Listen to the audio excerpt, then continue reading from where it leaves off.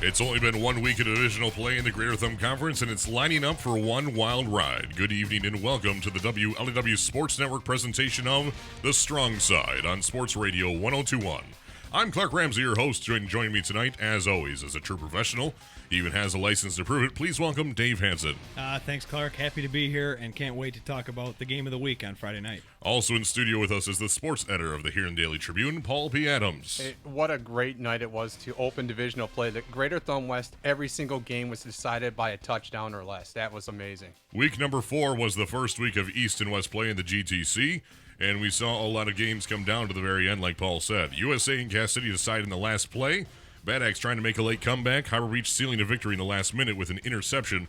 And the Elkton Pigeon Bayport Lakers moving to 4-0 with a 6-point victory. Absolutely. And you mentioned that last one, Elkton Pigeon Bayport beating Reese. Reese, a team that we did not talk about in the pre-show. So good to see them competitive again. Yeah, a resurgent Reese. Great win, great road win for the Lakers. They're going to be on the road again, a game we'll talk about later, Cass City. We're going to be talking about the Greater Thumb West quite a bit in this show. Tonight's edition of The Strong Side is presented by Active Physical Therapy and Sports Medicine, McCormick Motors of Pigeon, Randy's Hunting Center, Thumb National Bank and Trust, Insure Healthcare Network, Better Health, Better Life. Left side or right side, you're listening to The Strong Side.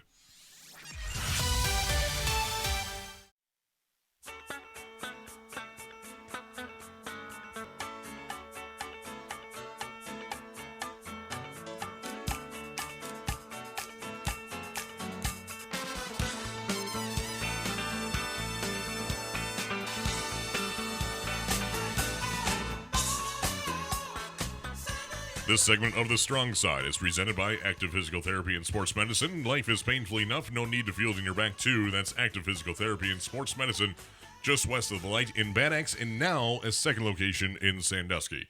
Clark Ramsey, Dave Hansen, and from the Huron Daily Tribune, Paul P. Adams with you tonight on episode number 4 of the season of The Strong Side. Let's take a look throughout the roster and scoreboard of week number 4 of high school football in 8-player division. Morris headed up to Kindy for the Polka Fest, and in doing so, they came out with a 22-point victory. Morris 42, North Huron 20. Caseville upsets the world, taking out CPS 40-36. They led 28-14 at halftime and continue to surge in that second half, hanging on to the victory for their first victory of the season over CPS. I got some stats from this game. Chance Shippey. We talked about him in week 1. Jason Pierce is really impressed and expected him to be that go-to guy. 238 yards rushing on 20 carries, 3 touchdowns. It gets better. He caught 3 balls for 116 and a touchdown, and just for good measure, he threw for a touchdown. What an absolutely awesome performance, and he had 14 tackles on defense. Just all the way around. Amazing performance by Chance Shippey and great win for the Caseville Eagles. I heard you talking. This is an up-and-coming program, and this is a win, Dave, that they needed to have. Absolutely. It's a feel-good win. We've been saying that. We're happy they have a football team, so them getting wins is very important. This is another good one, and it's safe to say that Chance Shippey does do windows, and as Clark would say, he definitely drives the bus too, I think. Mayville was host to Dryden. Mayville gets their first victory, actually second victory of the season, with a victory over Dryden 36-14. Deckerville blanks Peck to take a North Central Thumb League lead by 1 game over Peck 38-0 on Friday. Deckerville now 4-0 on the season, 2-0 in divisional play.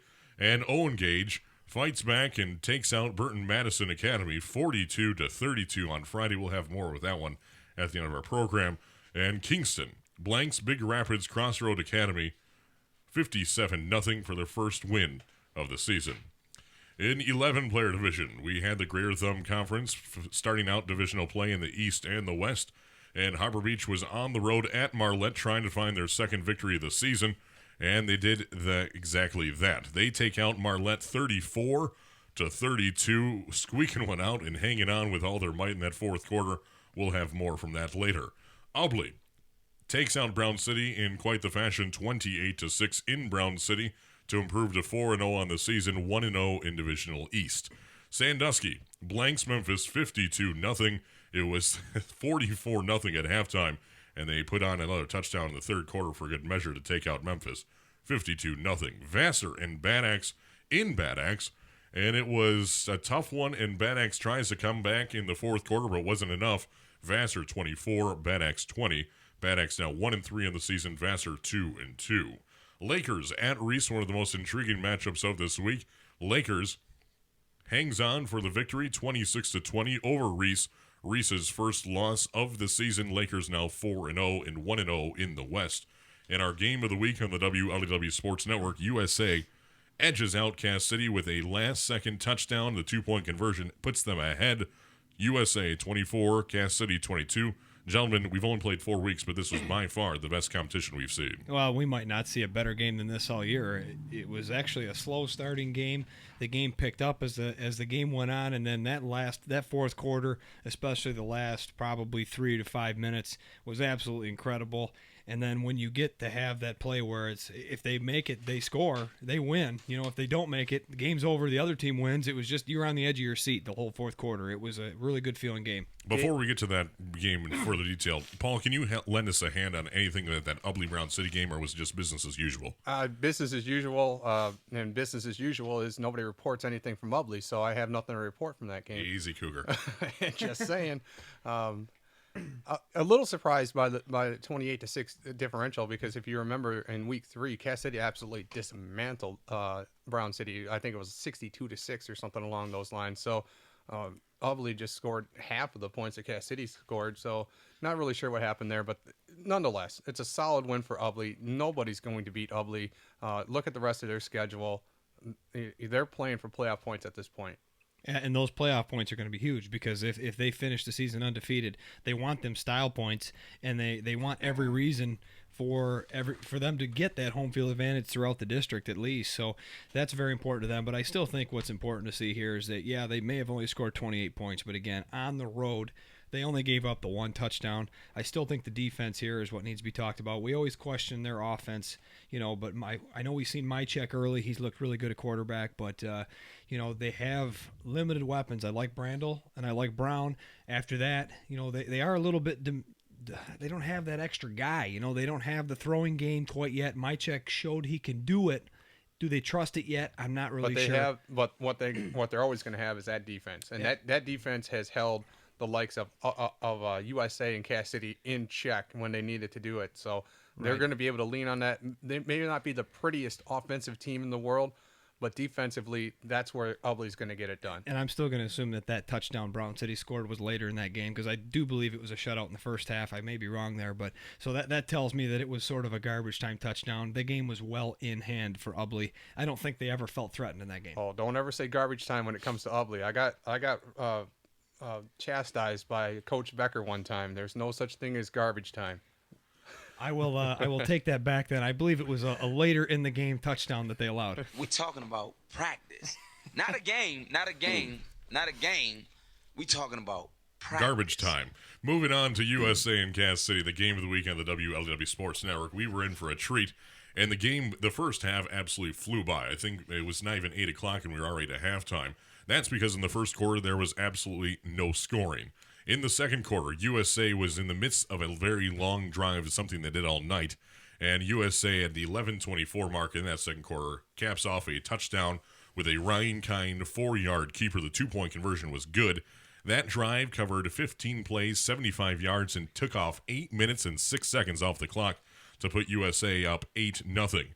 9 minutes later, 2:28 before halftime, Cass City finally gets on the board. Initially, Brad Hacker with a 1-yard dive. The 2-point conversion fails, and USA goes to the locker rooms at half with a 2-point lead, 8-6. In the third quarter, Cass City starts the scoring out with that 7:43 mark. TJ Moore busts out for a 60-yard rumble down the road, and the 2-point conversion was good from Hacker on the run, and Cass City suddenly has their first lead of the night, 14-8. We take you to the fourth quarter at 11:11 left in regulation. USA's Tanner Foley goes with a 2-yard dive. The 2-point conversion from Gettle on the run is good. USA is leading by 2 points, 16-14, and not to be outdone by their first scoring drive of the night. This one covered 17 plays, 65 yards in 8 minutes and 36 seconds. 2:47 left in regulation. Cass City marches down the field. Brad Hacker runs in from 5 yards out for the score. The 2-point conversion from Nick Perry is good. And suddenly it's 22-14, all things looking good for Cass City with less than 3 minutes to play after an 8-play, 56-yard, 3-minute 24 drive. But here come the USA Patriots. They march down the field and continue to march down the field. And in that fourth quarter, let's find it here on the sheets. It starts out with a Foley run for 1 yard loss. Gettle then runs for 4 yards. Then Foley breaks out for a 43-yard gain with 1:55 left. All of a sudden, Gettle with a 9-yard run on 1st and 10. Then a hold against USA pushes him back 10 yards. Comes out on second down, 11 yards to go. Tanner Foley with a 17-yard run. Hamilton with the tackle. And then Gettle gets the first down on 1st and 10 on a 1-yard gain. Timeout USA with 47 seconds left. Here comes Tanner Foley on 2nd and 9, 6-yard gain. And then another Tanner Foley 5-yard gain brings up a 1st and 10. And then Gettle is brought down in the backfield for a 1-yard loss. 17 seconds remain. Kine spikes the ball to stop the clock at 17 seconds. On 3rd and 11, USA needs to convert in one of the next 2 plays. And Kine from the, that was the 11-yard line, goes for a 9-yard gain, gets down to the 2-yard line with 10 seconds left, and Tanner Foley with a 1-yard gain down to the 1-yard line, and they spike the ball with 2 seconds left. Both teams taking their time. Dave and I trying to keep composure in the press box, and then with 2 seconds left, Tanner Foley, 1 yard out for the touchdown, caps off a 14-play drive that started with 2:47 mark, and just gets in and ties the ball game at 22 apiece. And then the 2-point conversion is good with the Tanner Foley once again going to the left side. And that is your ball game. USA 24, Cass City 22. Yeah, what a finish there as Clark went through play-by-play. I mean, we're looking at each other going, this game is over. I mean, USA hasn't hardly attempted a pass all game. 2.5 minutes left, 2 timeouts. It's not enough to go 70, 80 yards down the field. Not on the defenses that we've seen in that game. And as soon as Tanner Foley broke free for that 40-plus yard run that switched fields on Cass City, all of a sudden the crowd underneath us just erupted, and the other side went quiet. And it was a great feeling. It gave you goosebumps, and all of a sudden you knew that this was going to have a chance for USA to win this game on homecoming, by the way. And it was a great finish. They maneuvered their way down the field. Management of the clock was excellent. The timekeepers, on the other hand, they weren't so good. We'll get into that a little bit later. There definitely was an issue on one of the plays starting the clock, which may be the only reason that corrupts this a little bit. The officials, though, did catch it. They did take a couple seconds off the clock, but it did stop play as they were figuring it out. Gave USA a free chance to huddle up and get a play under their belt, and then hustle up and spike the football. So that kind of made things a little interesting. Probably hurts the feelings of some Red Hawk fans, but nonetheless, you let a team that can't or won't throw the football go 70-plus yards on you in 2.5 minutes, you don't deserve to win the game. So it was a great finish, and Tanner Foley, the senior, just put this team on his back, refused to go down. And those last few runs, after that 40-yard run, we're thinking, man, he's got to be a little winded. He kicked it to another gear, and he just would not lose that game on homecoming night. And 2 excellent runs there to finish off those drives and the 2-point conversion. Just a wild finish. It was awesome. As I'm listening to the excellent call in the office. Oh, thank you, sir. As I always listen to you guys, Cass City scores and 2:47 to go. I'm like, USA does not have the firepower. They don't have the offense to do this. They're not built to come from behind in a short period of time. I was getting my cold cuts ready, to be quite honest with you, because I had picked the under in this game, and I just didn't see a way that USA could win this game. But in the story that Seth Stapleton wrote, he interviewed Coach Langs, and Coach Langs said, we didn't panic. We just ran our offense. We didn't do anything different. We were just going to run our offense and let the chips fall where they may. But in running that offense, that Tanner Foley 43-yard run, that was the key. They had to get a big chunk of yardage in a short period of time, and Tanner Foley did. I mean, he was an absolute stud on that drive. He deserved that touchdown. He deserved that 2-point conversion. He was definitely the go-to guy. Kudos, hats off to USA, because I did not think that they had enough in their offense with the way it's constructed to come back in that short period of time. Right, and without that run, that drive doesn't happen, but it did happen. But I really got to give credit to Coach Langs, because he's very right. His team was cool, calm, and collective. So was he. and they were ready. Was he? Actually, I heard about well, in the final drive, they had their stuff together, and what was very impressive to me is that when they got a first down, that he didn't have to tell everybody where to go. Ryan Kine kept cool, and when that ball was set down and the official started the whistle, because USA was ready to snap the ball. So they didn't lose a second when it come to that. So the no huddle, hey, we need to go. There was no where do we need to be, what play we running. Everything was lined up ready to go. So USA did everything they needed to do to give themselves a chance.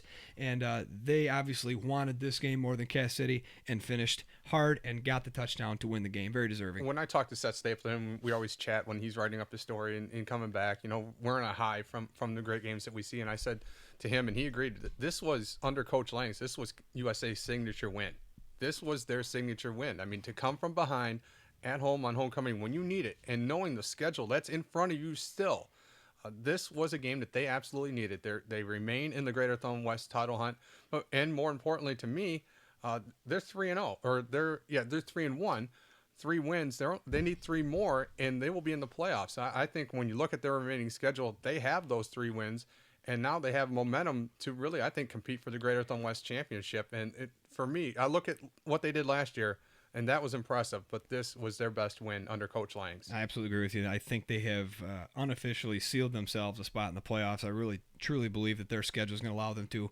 But on the other side of things, I really think Cass City's got an uphill battle. I mean, there were part of us that thought they could win the West, and now they're staring at the middle of the pack, maybe missing the playoffs. I thought the loser of this game was going to be maybe on the outside looking in. You just look at the remaining schedule for both of these teams, and at 2-2, Cass City still has a lot of football in front of them, but very difficult games in front of them, and the same for USA. Unfortunately, that's just the way the West is going to shake out this year. It's so good, and they're going to beat up on each other. For the night, USA ended up with 297 yards of total offense. Cass City with 281. USA was led by Tanner Foley with 25 carries for 145 yards and 2 touchdowns. Macklin Gettle, 19 carries, 92 yards. Joshua Lang, 6 carries for 15 yards. And Ryan Kine, 8 carries, 8 yards, and 1 touchdown. Through the air, Kine was 3 for 4 for 33 yards. Gavin Zimmer brought in 2 receptions for 25 yards, and Lang the other for 8. For Cass City, they were led by really 3 running backs, their whole backfield. Nick Perry, 20 carries, 86 yards. Brad Hacker, 13 carries, 84 yards, and 2 touchdowns. And then fullback TJ Moore, 7 carries for 82 rumbling yards and 1 touchdown. Hunter Vaughn threw 1 pass, and it was incomplete for no yardage on the night. USA now travels at 3-1 and 1-0 in divisional play. They are on the road next week at Bad Axe, who is just at 1-3, losing to Vassar this past week. Cass City is at 2-2, 0-1 in the West, and they are hosting the Elkton Pigeon Bayport Lakers, who are 4-0 on the season, 1-0 in the West, in a game you can hear right here on Sports Radio 102.1 on the WLEW Sports Network. I have a question about Cass City's offense. At times, TJ Moore has looked absolutely unstoppable. I saw him in week 2 against Ubley, and he broke 2 touchdown runs, big touchdown runs, and then it seemed like Cass City went away from him. He comes out in that third quarter, huge touchdown run, really changed the momentum of the game. Then we didn't hear about TJ Moore again. I just question why TJ Moore only got 7 carries, because at times he is an absolute stud out there. Right. You take a look at, though, he had 7 carries for 80 yards. So that tells you that 60 of them came in one play. So the other 6, he only had 20 yards. So outside of that one breakthrough run, he really didn't do a lot. I know he didn't get the touches, but I'm a big fan of Nick Perry's, and I love that he gets the football a lot. I really think he's a special player that can break one at any time. So I really like the mixture of running backs they got. But we're seeing a team that doesn't quite get it. They have all the weapons, but they find a way to not get first downs. They find a way to not score touchdowns. This team has underachieved in my eyes the last couple seasons. They've had a lot of talent and don't have any medals or any gold to show for it. So they have a ton of weapons on this team, but they sit at 2-2, and we're talking about a team that might miss the playoffs. Hold on, let me find it. Playoffs? Don't talk about playoffs. You kidding me? Playoffs? I just hope we can win a game. Because they have a lot of talent on defense. I love Shade Perzanowski. I think he's another guy that could run the football. They have a lot of options there. And look who they return home to face. They got the Lakers coming in. It doesn't get any easier for Cass City, and they have to be down because quite frankly, Dave, they gave the game away. Right. Yeah, but they certainly could win that game too, though. They have the ability to win any of these and all these games going through. It's time for a short break on the strong side. 7:22 on Sports Radio 1021. When we return, we'll take a look at other games in week number 4. Give me no lines and keep your hands to yourself. There's some advice the Detroit Lions could use today with their, I think, 72,000 flags that they pulled today. I mean, that was just ridiculous. I don't even like the Lions. I watch the Lions. I don't lose sleep over the Lions. It's a painful thing being a Lions fan. Teaches you to deal with disappointment, Clark. No, trust me, I've been a Spartan fan my whole life. That's more than enough. Hey, speaking of the green and white, let's take a look at the Elkton Pigeon Bay Port Lakers. They were on the road at Reese on Friday, and it was a game of the undefeateds, 3-0 versus 3-0. Both try and get a quick foot up on the Greater Them West in the first week of divisional play. In the first quarter, Lakers break out in the scoring with a Brendan Wisner quarterback run for 19 yards. The 2-point conversion fails. It is 6-0 Lakers at the end of the first 12 minutes. In the second quarter, Lakers, Jacob Kretschmer with a 7-yard run, 2-point conversion fails. It's 12-0 Lakers. And then Reese responds with a touchdown of their own. But then here come the Lakers. Hunter Seeley caps off a drive with a 2-yard run. 2-point conversion fails. It's 18-7. Lakers by 11. But before the half is over, Reese scores another touchdown. It is 18-13. Elkton Pigeon Bay Port Lakers after 24 minutes.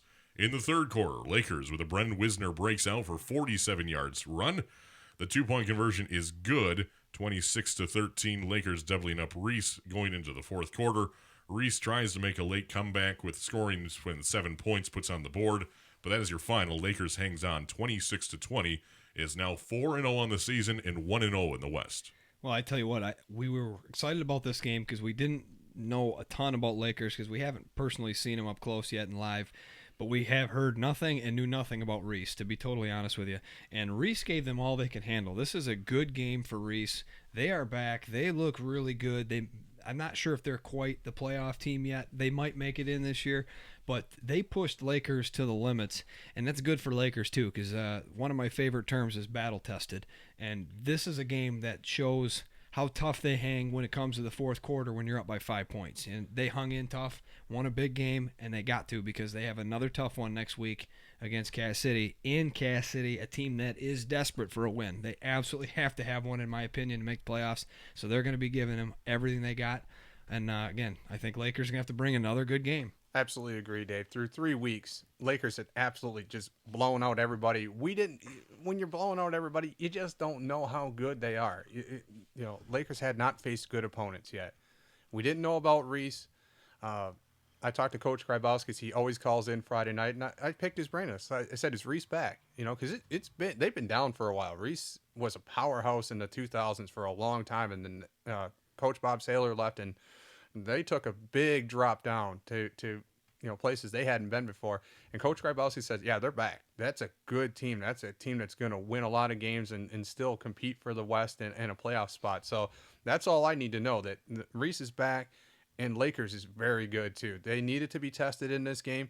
I know it was 26-20, but never felt like Lakers was going to lose this game. I felt like they were in control of this game, and it was a good win for them on the road. They're going to be on the road again over at Cass City. This Lakers team, what more can you say? We say it every week. Everybody should know the names by now who scored. Wisner, Seeley, Kretschmer, Valentine. That's your guys. They're all experienced. Very, very good team, well-coached team, and I'm excited to see them. This will be our first time over at Cass City getting a chance to see the Lakers up close. Just their schedule hasn't worked out to where we've been able to see them in person yet, and I'm really excited. I want to hear the report from Seth Stapleton and see how good this Lakers team really is. But I agree with you, Dave. As far as Cass City, it's a game that Cass City absolutely needs to have with Lakers coming into town. And if Lakers wins this game, look out. I mean, they're going to control their way to the West. Right, in our schedule, same way.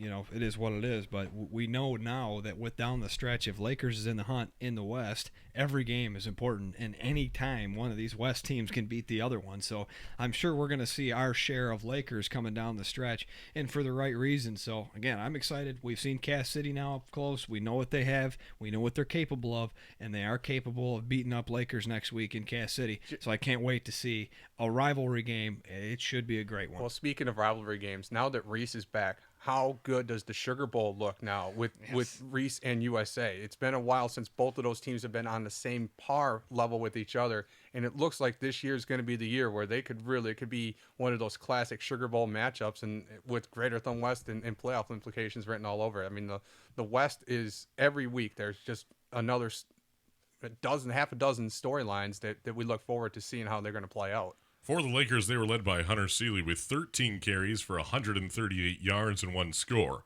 For those keeping score at home, that's an average of 13.8 yards a carry. 10 yards per carry. Man, I can't even do math today.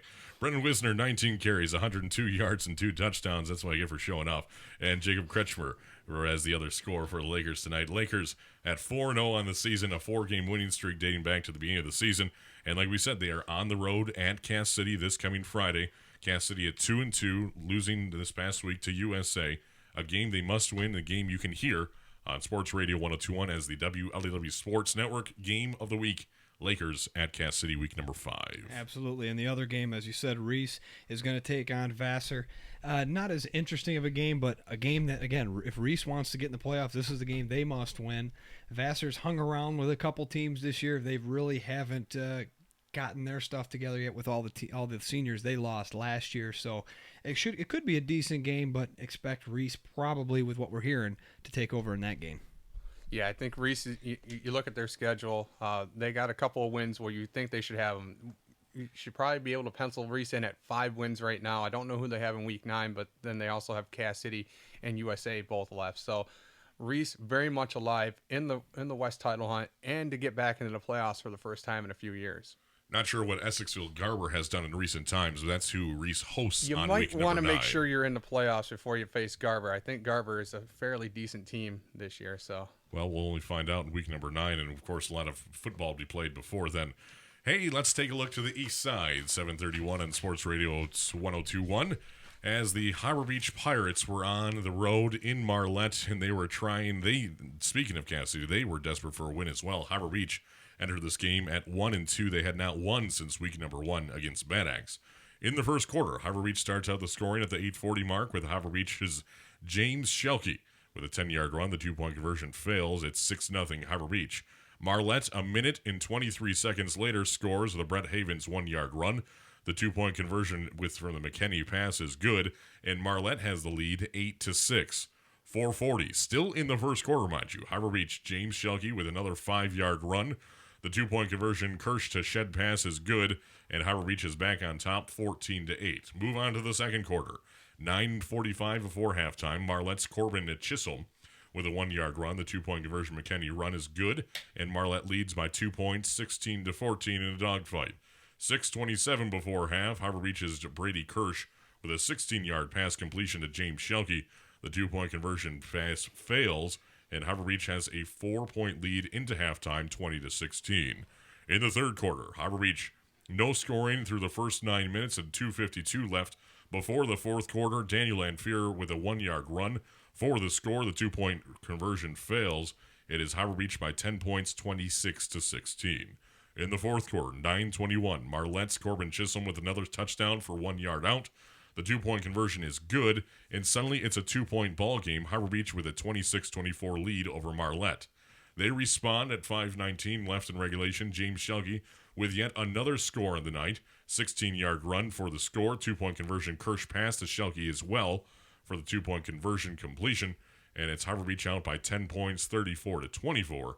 And 3:16 left in the fourth quarter. Marlette's Corbin Chisholm with a 2-yard run brings them back within 2 points after a completion for the 2-point conversion, 34-32. And with about a minute left, Grant Hansen intercepts Marlette's pass to seal the deal, and Harbor Beach squeaks out a victory on the road in Marlette to improve to 2-2 overall and 1-0 in divisional play in the East. Yeah, what a wild shootout of a game. And we knew neither team really had a great defense. They've given up a lot of points. But in the past, Marlette has always been a little pesky. They've always had a unique offense. They've always scored points, it seemed, over the years. And today, Friday night, I should say, was no different. A back-and-forth game, high-powered, high-scoring offenses, obviously led by James Schelke. I don't know what else you can say about him. He's very athletic. He's fast. He's tall. He can pretty much do everything, and he clearly is trying to for Harbor Beach. He is the go-to guy, and he had a heck of a game there on Friday night. But obviously, Marlette has the ability to score some points, and they may be a team that can get themselves a couple wins in the East, which is obviously way down this year. I'm surprised by the differential. I really thought Harbor Beach would go in there and just really handle business. I was hoping for that for Harbor Beach. It's a character check, obviously, to win a close game like this, but it's kind of a red flag too. I thought the Pirates were back. I maybe jumped on the bandwagon a little too soon after that win over Bad Axe, and offensively they can score, but defensively they just can't stop anybody. Well, and what Clark said down at the end there, the interception at the end of the game, that's huge, because even if your defense gives up some points and gives up some yards, if you can force a couple turnovers, that can make all the difference. It really can. Just that extra possession or two in an offense like this could mean winning a lot more games. Instead of being a 4-5 or 5-4 team, that could launch them to 6 wins. Turnovers mean everything for defense, even if you do give up a lot of yards. But you mentioned James Schelke. Sorry, not Josh. Josh is the older one. James Schelke. He is worth the price of admission. I mean, he is an absolute pure athlete, great hands, speed, power. He's growing up a little bit. He's growing into his body. He's power. I think he's just dreamy. He is. But he is absolutely worth the price of admission, and he's really grown up a lot. It's hard to believe that James Schelke, he's only a junior. Most of this team for Harbor Beach is juniors. I think there's only 4 seniors. There are 4 seniors on the roster. 4 seniors on the roster. So I think we do have to remember, this is a young team. This is a very young team that's learning and gaining experience, and their year is probably going to be next year. They're not quite there yet, but I think with this year, kind of some trial under fire and facing some adversity, I think that's going to help them grow up and be a very good team next year. Well, outside of James Schelke, I don't recognize many of these names from last year, so that tells you got 4 seniors that may or may not have played last year, and James Schelke, who was moved up as a sophomore. So they have basically a brand new starting team. I guess Brady Kirsch did run the offense. Yep, Brady Kirsch ran the offense last year, which is huge. So, which is why their offense has been pretty good. You got 2 of your best playmakers back from last year's team, but then the rest of the starting lineup is pretty much new players to the varsity level, so some learning curves to be had there. Well, one non-promising point here is Harbor Beach allowed 32 points in this game, and if you look at their overall defensive averages for both teams, Marlette and Harbor Beach, Marlette is now 10th in the Greater Thumb Conference as far as defenses allowed, 42.3 quarters of a point. Harbor Beach in the 11th spot at 44 and a quarter. And both teams didn't allow that in this ball game. So the average come down those a little averages bit. are coming down, and yet they're still in the back of the pack. James Schelke ended up with 15 carries for 142 yards and 3 touchdowns. Daniel Lanfear, 17 carries, 77 yards and a score. And Brady Kirsch, 5 carries for 13 yards. He was also 4 for 7 through the air for 39 yards and a touchdown pass to James Schelke with all 4 completions for those 39 yards. Chisholm with 23 carries for Marlette for 173 yards and 3 touchdowns. And Radzielowski with 9 carries for 38 yards. The only reason I brought that up is because I wanted to see if I could say his last name. Well done. And well Ethan played. McKinney, thank you. 3 for 7 for 1 interception for 96 yards. Marlette now 0-4 in the season.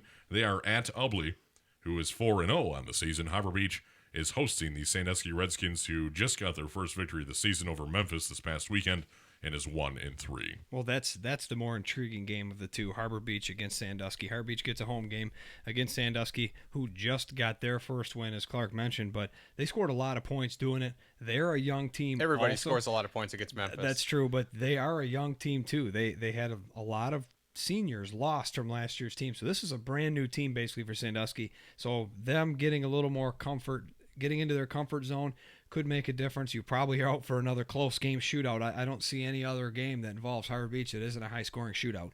7:38 on Sports Radio 102.1. This past segment of the Strong Side was presented by Randy's Hunting Center of Bad Axe. For any of your hunting and fishing needs, make it Randy's Hunting Center in Bad Axe, where the bucks are big, the tails are long, and all the deer are four-legged. Give them a call at 269-GUNS. This weekend was the youth hunt across the region. Best of luck and congratulations to all of those who bagged the big one. It is 73 degrees in our east side studios of the WLW Sports Network, broadcasting live from the Clark Ramsey Manor. Life, liberty, in the pursuit of luxury. Book your stay today, or like them on Facebook. That's the Clark Ramsey Manor. 73 degrees, and we have Paul Janis standing by. We've had an absolutely beautiful day today and weekend. And once that rain cleared out about yesterday around 1 p.m., as we gave the car away on Cruise 102 and 1340 yesterday as part of the Harbor Beach Harvest Festival. We might have some rain in the forecast, and I'm going to leave that up to Paul Janis with the details.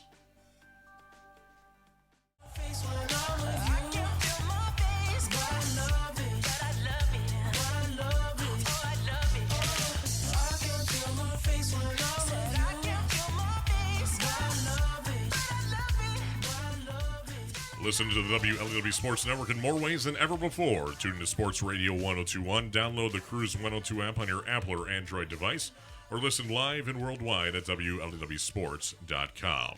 This segment of the Strong Side is presented by Thumb National Bank and Trust, going wherever you are with online banking and a mobile app designed just for you. Thumb National Bank and Trust, locations in Pigeon, Caseville, Cass City, 2 locations in Bay City, and of course, as Mr. Weiner said himself, now in Bad Axe. Speaking of the Bad Axe Hatchets, they took on the Vassar Vulcans in the county seat this weekend, and they fell just shy. Let's take it through it, and we'll pick things up in the fourth quarter. It was 14-6 Vassar leading at halftime, 21-6 as they scored another touchdown in the third, and to start the fourth quarter, it was 21-6, and Bad Axe strikes right away, 7 seconds into that fourth quarter with the Clark Brady pass, 30 yards down the field to Jared Subject. The 2-point conversion is good, and suddenly it's a 7-point ball game at 21-14. Vassar responds. A Neroth 24-yard field goal makes it a 10-point lead for the Vassar Vulcans, 24-14. And with 2:55 left in the fourth quarter, Bad Axe's Ryan Haleski jumps in from 3 yards out for the score. The 2-point conversion fails, and Vassar hangs on to a 24-20 victory over the Bad Axe Hatchets. Vassar now 2-2 on the season. They were led by Baker with 12 carries, 47 yards.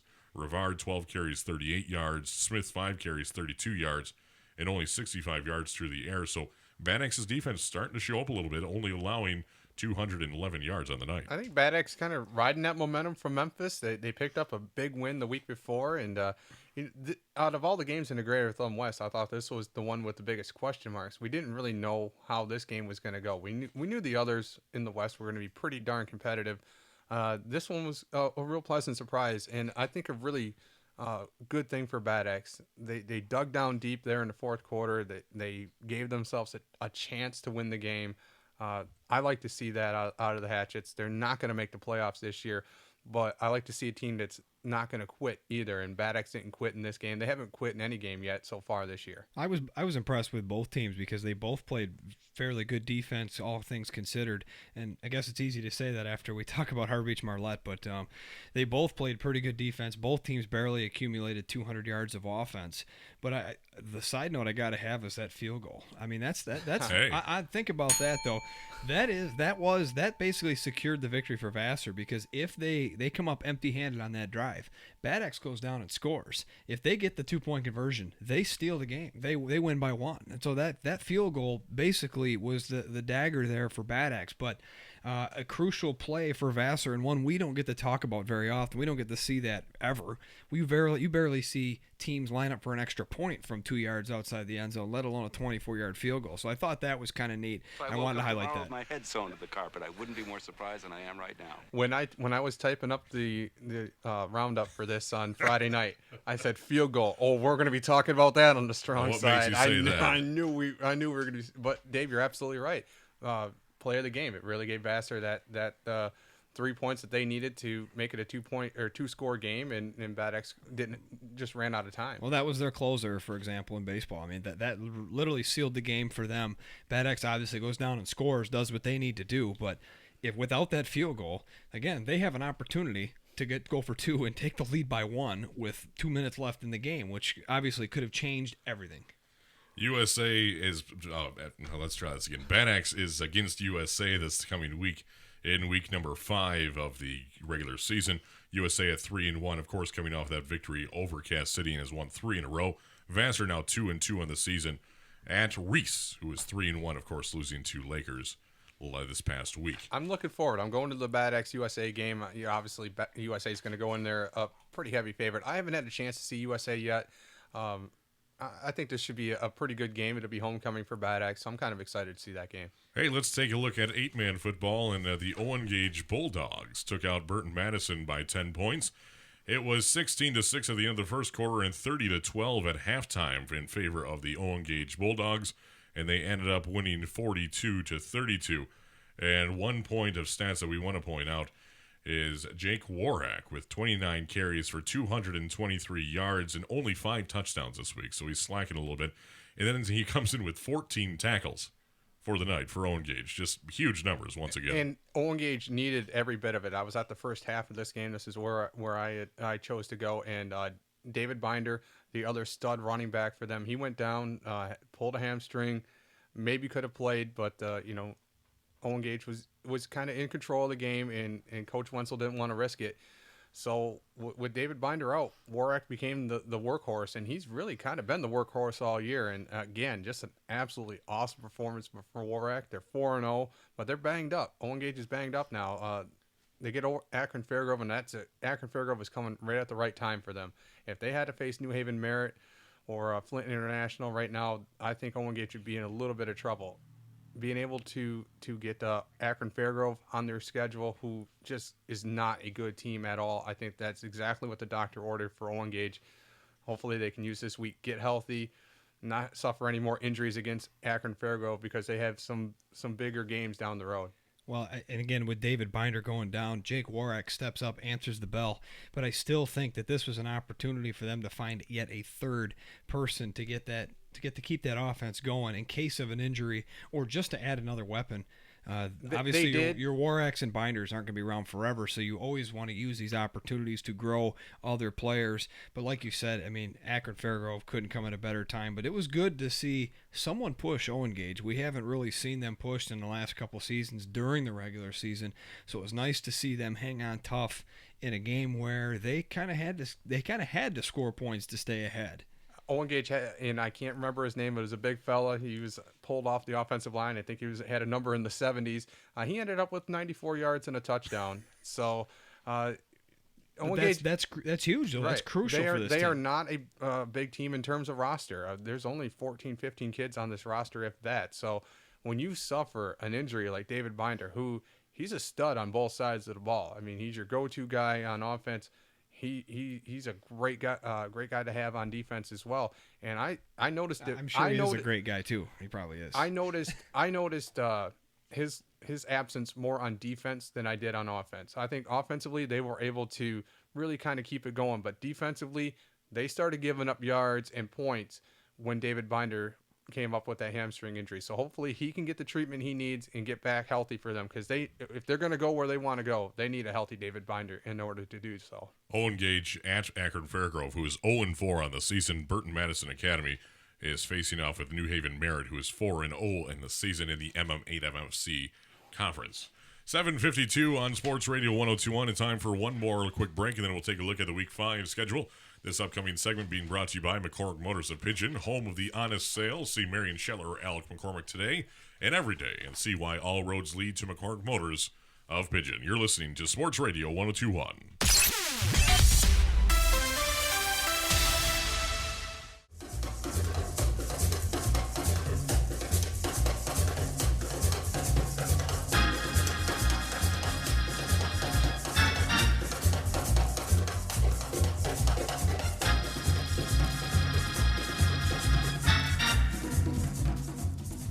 Left side or right side, you're listening to The Strong Side with Clark Ramsey, Dave Hansen, and from the Huron Daily Tribune, Paul P. Adams. Had to think about that one for a second, apparently.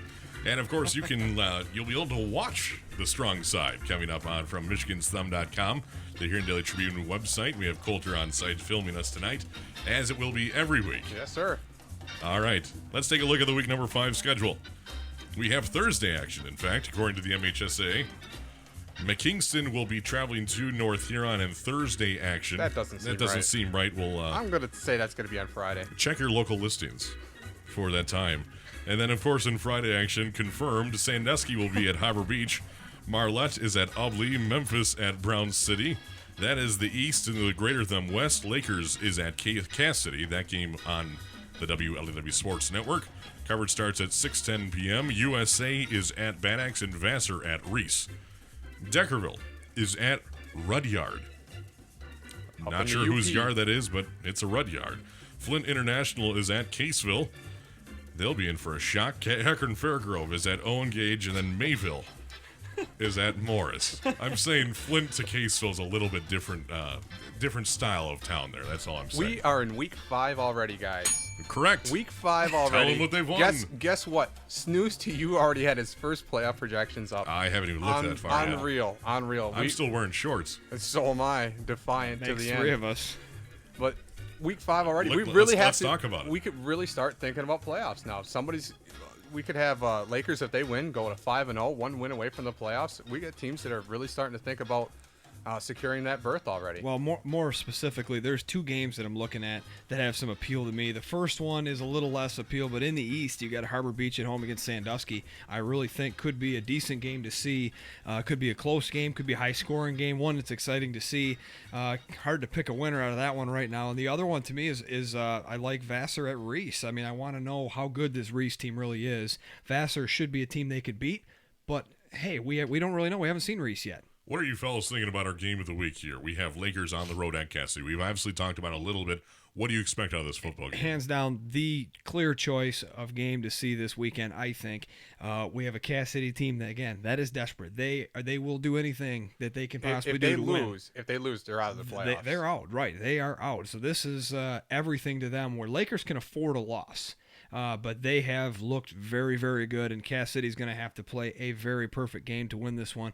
And but they can. They have all the talent in the world. They certainly can do it. They play well offensively and defensively. They just have to put it together for 4 quarters. Cass City's 2 losses have come by a touchdown. Exactly. So it's not like Cass City's been blown out of their games. Cass City can play. They play toe-to-toe with Ubly. They play toe-to-toe with USA. And they can go toe-to-toe with Lakers. But you have to win one of these close games. You can't keep losing these by a touchdown. But easily the best game on the schedule.